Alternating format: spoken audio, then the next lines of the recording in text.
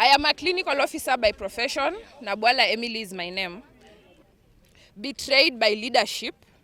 When healthcare workers are sacrificed, patients pay the price. Greetings to the people of Siaya, fellow Kenyans, members of the press, civil society, faith leaders, and all defenders of justice. We stand before you today not as mere petitioners, but as 382 dedicated healthcare workers who have been wrongly silenced and unfairly branded as ghosts. Since 15 September 2025, when the 382 healthcare workers filed petitions to the county assembly and the governor, Siaya's health facilities have remained in state of crisis. Patients continue to suffer, mothers are left unattended, and health facilities struggle without staff. Instead of acting, the county government issues hollow statements, while the county assembly plays political games instead of exercising its constitutional duty of oversight. The truth about the 382 workers. Number one, on the number of petitioners. We are 382, not 259, falsely represented. Any attempt to shrink our number is a deliberate distortion meant to downplay the magnitude of this injustice. Number two, on the claim of purported employment. Our service was not purported. The county government itself issued us appointment letters, deployment instructions, and supervised our work in health facilities for 8 months without pay. We were accountable to in-charges, kept attendances, and served the public diligently. To now brand us ghost workers is not only dishonest, but also an insult to the sacrifices we made. Number three, on the burden of proof. It is absurd and unlawful for the employer, the county government of Siaya, to demand that workers prove the authenticity of documents that the same government generated, signed, and issued. Appointment letters, payroll data, attendance registers, supervision reports, and deployment lists are all held by the county itself. Shifting the burden to workers is an intentional strategy to evade responsibility and criminalize victims. The law is clear. The custodian of employment records is the employer, not the employee. Number four, on allegations of fraudulent appointments and money exchanges. The governor's allegations that fraud, bribery, or underhand dealings occurred in our recruitment are baseless and defamatory. Not a single piece of evidence has been tabled to support these demanding claims. If fraud took place, it could only have been orchestrated by county officials who had authority over recruitment and documentation. Not by the workers who were lawfully recruited, posted, supervised, and even assigned additional duties. It is shameful that instead of investigating their own senior officers, the county leadership has chosen to scapegoat frontline healthcare workers. Number five, on investigations and verification. While we welcome fair and independent verification, the process cannot be presided over by the very officers accused of irregularities. For justice to be credible, oversight must include the Ministry of Health, the Public Service Commission, the Ministry of Labor and Social Protection, relevant professional boards, and labor unions. Anything less will be biased and compromised. Number six, on the failure of the County Department of Health. The greatest betrayal lies with the County Department of Health. The same department that supervised us, endorsed our work through in-charges and sub-county head management teams, sub-county health management teams, and even rewarded some of us with in-chargeship and supervisory positions, is now at the forefront of disowning us. This U-turn is not only inconsistent, it is shameful, disrespectful, and demeaning. To praise workers in one breath and discard them in the next exposes the rot in leadership Yes. and the contempt with which the county treats its frontline health workers. Yes. Effect of the dismissal. The unlawful dismissal of 382 workers has crippled healthcare in Siaya.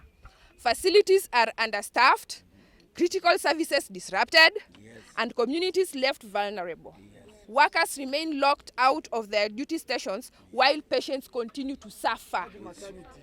For example, Simenya Health Center, Yes. situated in Sidindi. Yes. There is a registered clinical officers, Yes. laboratory technologists, HRIOs, or if you like, health records and information officers, community health assistants, and public health officers. In total, 8 of them affected. And the impact on this facility, in fact, MOH offices are located here. And lab is closed, therefore there's no testing. There's no weekend coverage, there's no night coverage. Ruambwa Sub-County Hospital in Alego Usonga. Yes. Registered clinical officers, nurses, nutritionists, and health record and information officers. All of them 14 affected in one facility. Departments have closed down, crisis in the maternity, and we have long queues at the OPD and MCH. Those are factual. Wagoro dispensary. Yes. Nurses serving this dispensary, all have been affected. The facility has closed down. Definitely. Onyelo Sub-County Hospital in East Asembo. Kanera. Aye. Laboratory technologists, registered clinical officers, Yes, yes, HRIOs, public health officers, community health assistants, all 7 of them have been affected. This facility ideally should offer 24/7 services, but as now, there are no services at night, neither are they at weekends, during weekends. Sifuyo Health Center, laboratory technologists, nurses, health record and information officers, all of them 4 in total affected. The lab and data departments are closed completely. NC mothers travel several kilometers to seek services. Maternity, MCH, and OPD departments, they're in a state of confusion. County Assembly's betrayal. These people betrayed us how?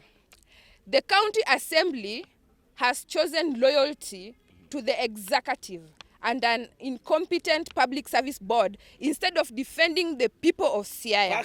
Factual. By failing to challenge these unlawful dismissals, the Assembly has betrayed its oversight role and reduced itself into an echo of chamber of the executive. Justice delayed is justice denied. Oversight delayed is oversight denied. The Assembly must remember its allegiance is to the people, not to the executive. Our demands: recognition of all 382 workers as legitimate employees. Immediate payment of 8 months accrued salaries. Very true. Declaration that the dismissal was unlawful. Accountability against officers who orchestrated the injustice. An unconditional apology to the 382 workers for defamation and mistreatment. Reinstatement to duty stations. And public appeal. We call upon the County Assembly of Siaya, the Senate, the Ministry of Health, the Public Service Commission, the Ministry of Labor and Social Protection, labor unions, civil society, and the Kenyan public to stand with the 382 workers in demanding justice, dignity, and fairness. We served selflessly in a health crisis. We deserve respect, not ridicule. We serve justice, not scapegoating. The truth is, the County Assembly of Siaya we as the petitioners, Yes, yes. we were supposed to be listened to. Yes. So instead of listening to us, we are again succumbing Yes. to their loyalty to the executive. Yes. But you know what? As healthcare workers in Siaya County, we are not disrespectful. Of course. We will honor their wish. We will answer to their call. Yes. But again, we also urge them, if it is a matter of interrogation and going through the documents, then they should go through all our documents, the 502. Yes. Yes. Yes. Lerka UDL. Not 382 only, 582. Yes. And I repeat, as I had quoted in the statement, Yes.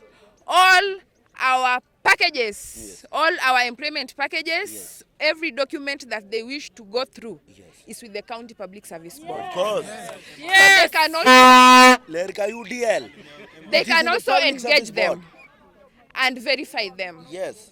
But I said again, we will heed to their call. Yes. We are not disrespectful. Yes. Why are they summoning us instead of summoning the Public Service Board? If it is a matter of investigating all these shenanigans, it should start with 181, 120, 36. You see? Yeah, the deployment started in 2022. The same package is there. The last, actually, the advert was in 2023. That is what we are deployed for. Are we together?